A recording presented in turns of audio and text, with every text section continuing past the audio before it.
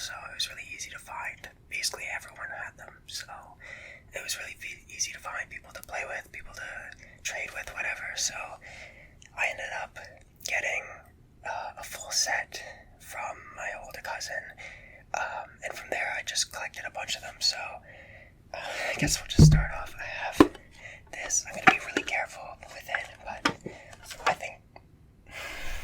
I think this was one of the first Pokemon cards I had gotten for myself. That wasn't like from someone else, like from my cousin or some like friends at school. I had gotten like this big tin that had, what does it have? Lugia. I'm assuming that it was a Heart Gold and Soul Silver one, because I think Gen 5 wasn't out yet. It's got Deoxys on it as well. But I just got this huge set. It looked so cool, and it sparked an addiction in young me to, every time we would go to a store, I'd run to the game section that would always have the trading cards, and I would look for like a cool pack or whatever. And then that was even worsened when Generation 5 of the games, Black and White, came out, and those are like some of my favorite games ever, even to this day. So much nostalgia. When those games came out, I went crazy for Pokemon cards. But I'm going to be very careful with this thing because it's really loud. But I'll open it off camera because I do not want to put you through that noise. We'll see what's inside because I haven't even looked inside. So this will be a new experience for both of us. Alright, I have opened it up. I'm just showing you the lid, one, because it looks really cool, and two, it makes amazing noises.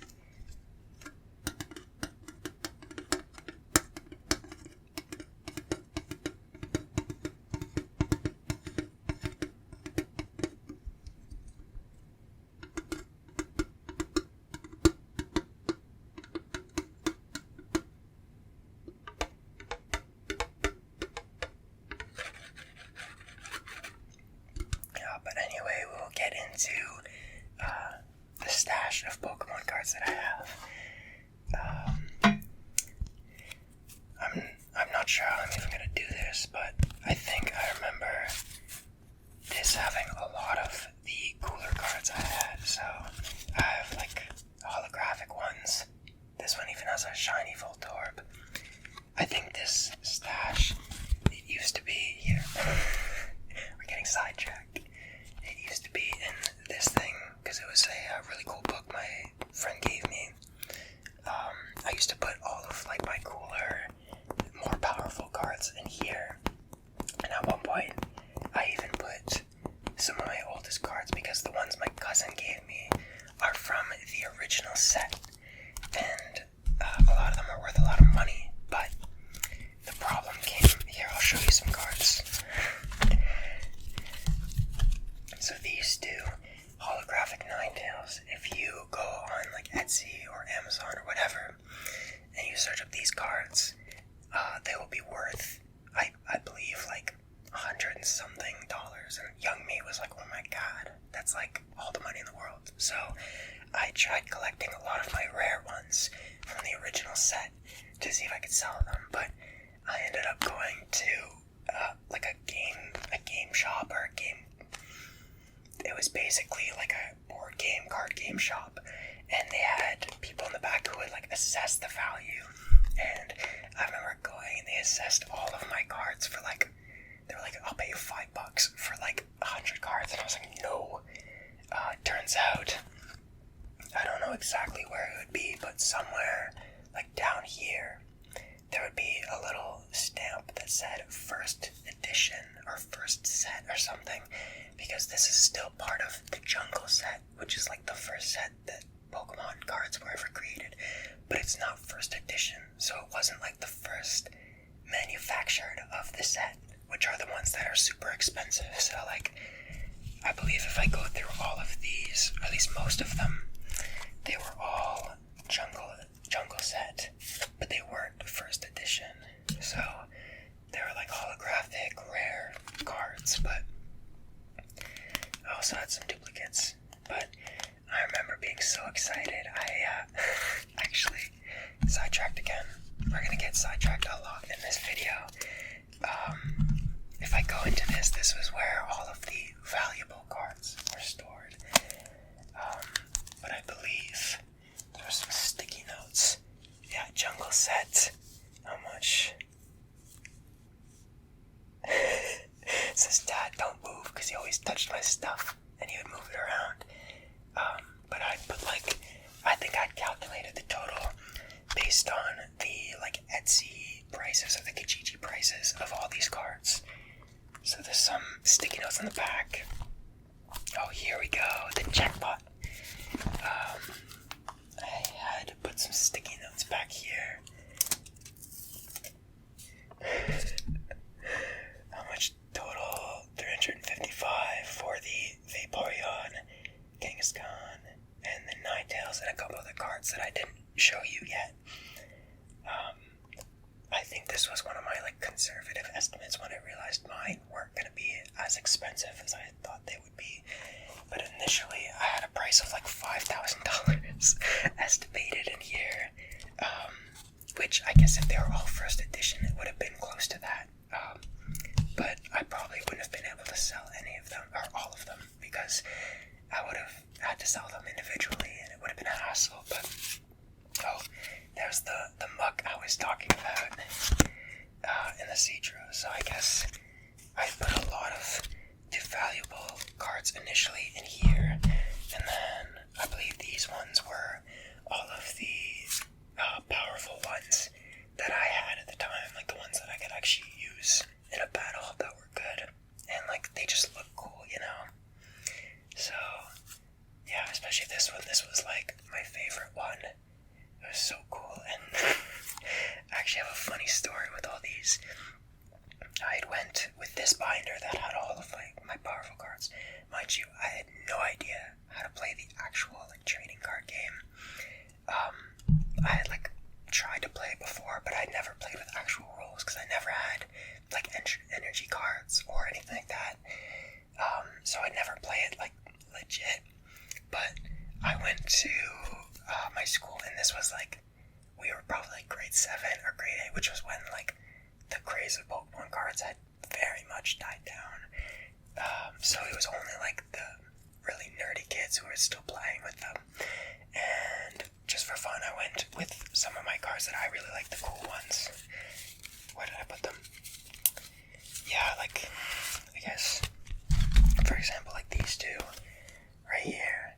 I went to them with these, and basically I tried to trade them or whatever, and they made fun of me. They made fun of me for I don't even know what they were looking at, to be honest. Anyone who plays Pokemon could probably tell, but at the time they were not legal, or they're almost not legal because they were too old. I didn't know that, and I guess these kids actually played TCG competitively or whatever.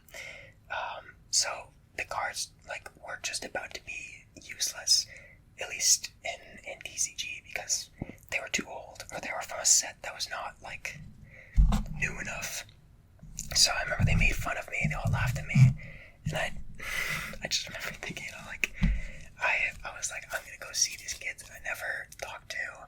They're kind of the outcasts, and I'll just have fun with an interest that I had when I was probably a year or two earlier. I was still interested in them, and they made fun of me, and I was so sad.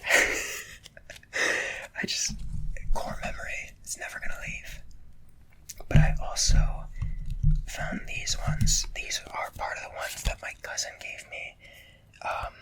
If you look in the back, it says Pocket Monsters. It looks like it was a Japanese version. You can see that it's okay. If the camera would actually pick it up, they're really shiny. They're all in, I'm assuming, Japanese. Can't actually read it, but they're all very shiny. And I don't know, I thought it was interesting. I still have no idea what these cards are or if they're valuable. I'm assuming not, but I just thought it was really cool. And they're much smaller than the regular cards. So I'm assuming this was an original set from Japan, but I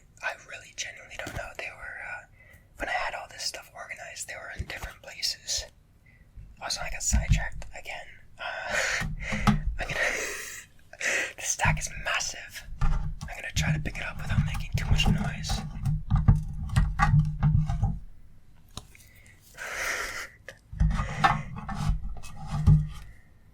I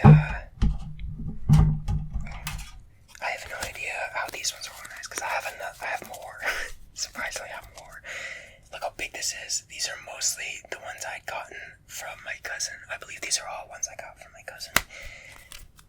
But I would spend hours and hours going through these things and organizing them. Probably some undiagnosed mental issue that I may still have. But I have so many of these. Like, he just gave me a full binder. I actually have the binder right here. I'll show it to you soon. But these ones aren't that interesting, so I don't think I'll go through them. But just the fact that these are so massive, like, and I guess I just threw these all in the tin because I didn't know where to put them. But I'll bring out the big boy. I got him stashed away.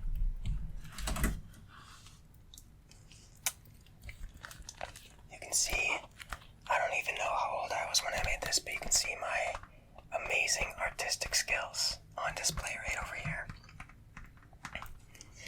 Lovely, lovely art from probably like 7-year-old me or something. Nothing on the back, but this was the binder I believe my cousin gave me initially with all the cards in it. And I'm gonna try to, this is really heavy, by the way. This is really heavy. I'm gonna try to open it for you. I'm struggling. I think you're only gonna be able to see the first page unless I go like this. But you can kind of see what I would do with my spare time as a kid. I would organize all of these. And I think these were all the ones that I got like on my own later. Like, I actually bought them and got them out of packs, whereas the ones in the tin, barring like some of these ones like this one, were all from my cousin. These ones were, I believe, all from me, or mostly from me. But I organized them all. I still find it insane that I would do this often. Like, I would take all the cards out, I would put them down, I would organize them individually into types, and then I would grab the types and I would organize them within the types, and then I would put them back in. And it was so fun. I guess like habits like that kind of manifest now with like certain video games, but I have better things to do with my time. Hopefully. I don't even know if you can still see this at this point. It is very hard to hold, but I have some interesting cards here. I guess I just didn't really know what to do with these ones. The grass types. I also remember at one point I had a bunch of energy cards and all like the trainer cards, like the ones that are used for TCG, but because I never actually played the game, I didn't know what they were used for. I thought they were just like, I don't know, you just collect them, but they weren't as cool as the actual Pokemon cards themselves, right? So I ended up putting them all in a tin, and I put them out at a garage sale, and someone bought them for like $5. This kid must have been like rich with energy cards after that, because there were so many. All the ones that my cousin had gave me, and all of the ones that I bought, I put them all there and I sold them. So basically after that point, even when I tried to get back into TCG or whatever, I couldn't because I had none of the energy cards. So almost at the end, I remember, I'm not going to look through this again, but I think this Metang was like one of my first cards. And there's a couple other cards that are somewhere in here that I remember being like my very first cards.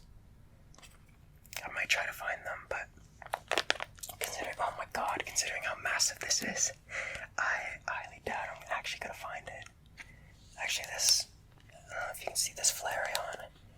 has like the blue on the outside. I have no idea what that means, but it's kind of cool. Kind of cool. And then the end of it there, I filled up like a decent amount of this book. But yeah, I'm gonna go back because I think actually the first card. It was not the first card. I'm gonna try to find it. One of my first ever cards was Mudkip, and it made it so Mudkip was like my favorite Pokemon ever. There it is.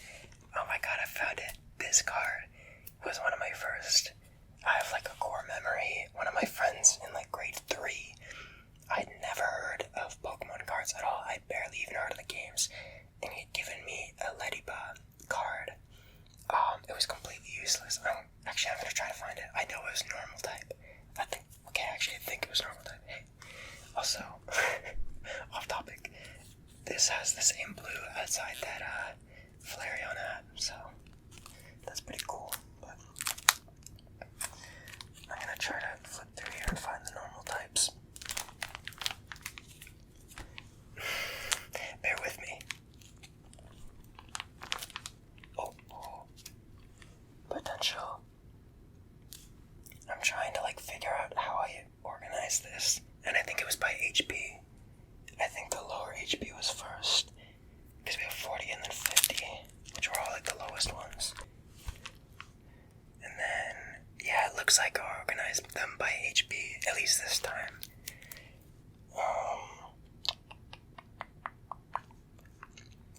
I remember the Ladybug card being like useless, so I have no idea how I've not found it. I thought it would be lower on the HP. Oh no.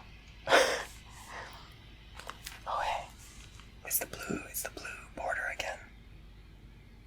Look at that. It might have been like a specific set, but I guess we're never gonna find the Ladybug. It's probably in that massive pile that I have in the den, and I am not gonna look through that. Not a chance. I am looking through that. So I'll put this away, and I have a few last things that I want to look through. One, so there's a couple other things I want to look at. For one, I have no idea where I got this. I believe it's a little coin, basically, to do coin flips. I don't even know when in the game you have to do coin flips, but apparently you do, because I have one. It probably came with one of the sets, one of like the more fancy sets that wasn't like the little card packet, but it's kind of cool. It's got a little Pokeball symbol on the back, and then I believe it is a Scavalier and a Celcor on the front. It also makes some pretty nice noises.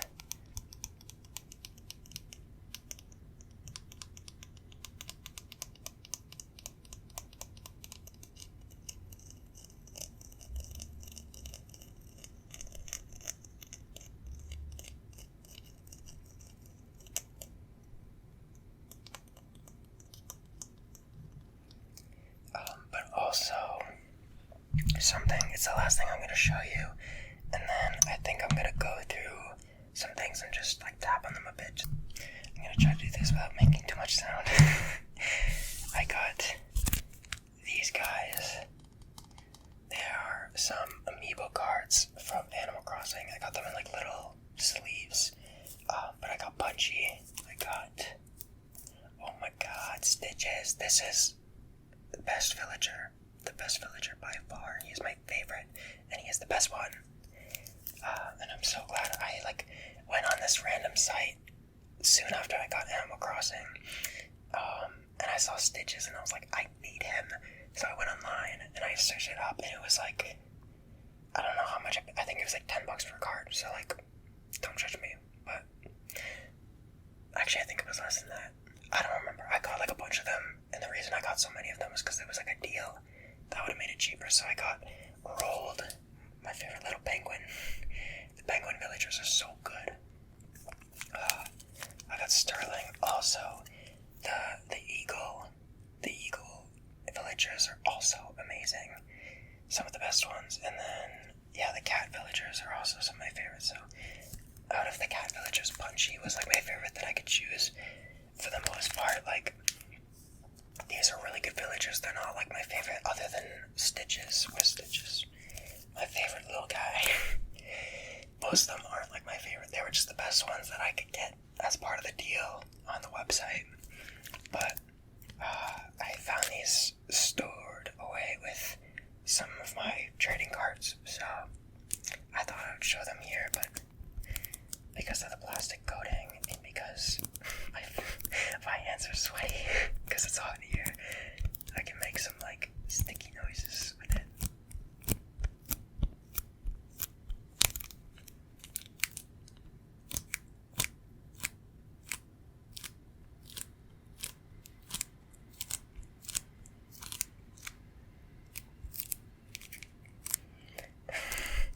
It feels like redemption because like every time I like touch something with sweaty fingers, it always gets sticky. But now it's a good thing because it makes nice noises. It's finally paying off.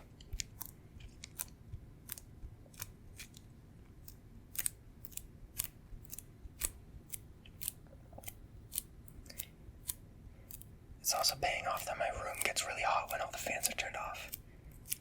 So, I guess there's a silver lining to that. I think I talked about that in one of my other videos about how I usually have like a million fans going, especially in the summer. A million fans going at any time to make sure my room is like below 30 degrees Celsius. Because it gets so hot. Even in the winter it gets hot. And I obviously have to turn them off for ASMR because they get loud. And yeah, it gets really hot in here. It's not too hot this time. It's a little bit uncomfortable and not that bad, but I usually have to have the window open. I had it earlier open, but someone's doing something out there and it's making a lot of noise, which I don't appreciate.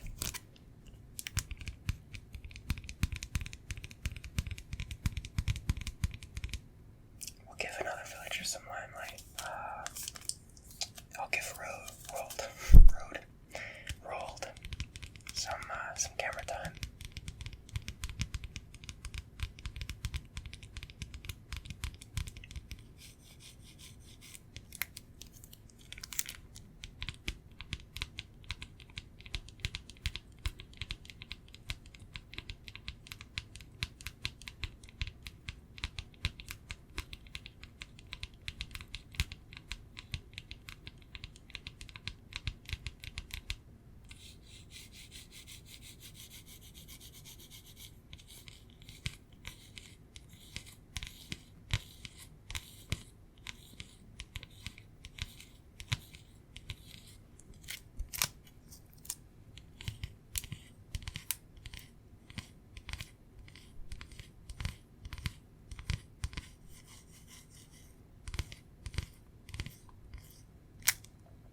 I think we're gonna move back to some of the Pokemon cards.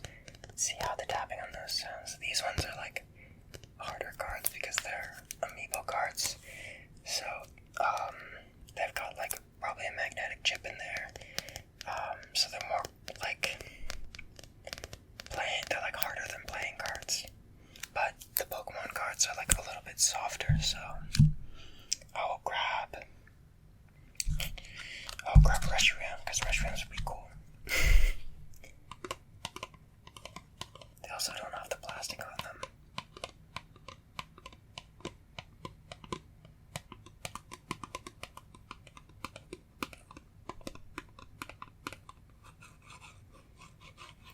That makes it so that there are a lot nicer scratching sounds on these Pokemon cards. I was gonna say I hope I'm not damaging these by scratching on them, but these are probably gonna go into the bin for another like 5 years, so I don't care that much.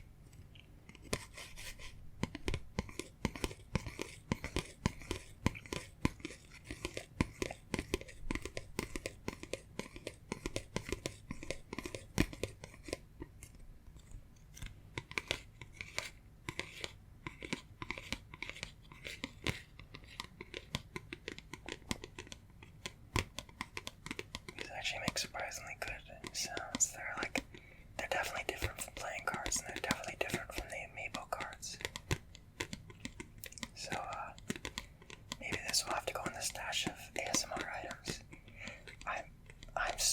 videos of like, I've seen like popular ASMR artists, like GB is by far my favorite, and she did a video called Roll for ASMR, which made it so that she rolled to see like what triggers she did, how long, and like other factors, and one of them determined what box of ASMR items she would pick from.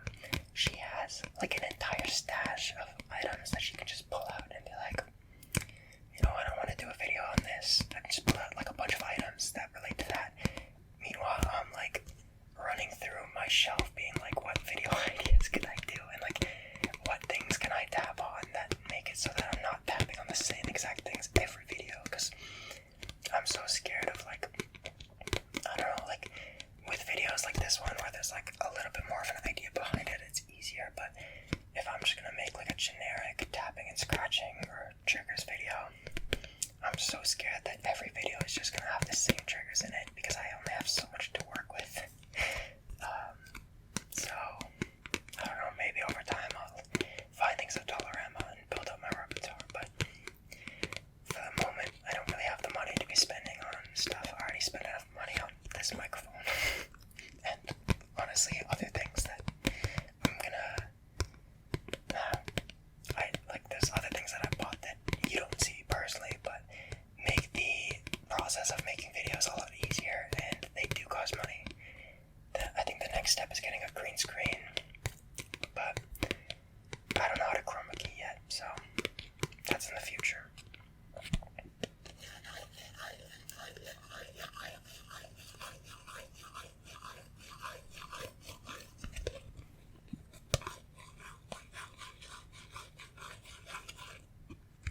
I think I'm going to end it off with the tin lid, if I could remember where I put it.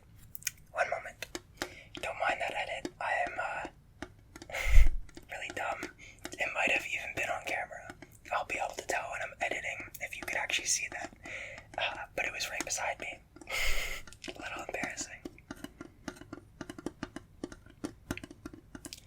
Because it's the end of the video, I'm definitely trying to do some less noisy triggers, but I'm going to be careful with this one.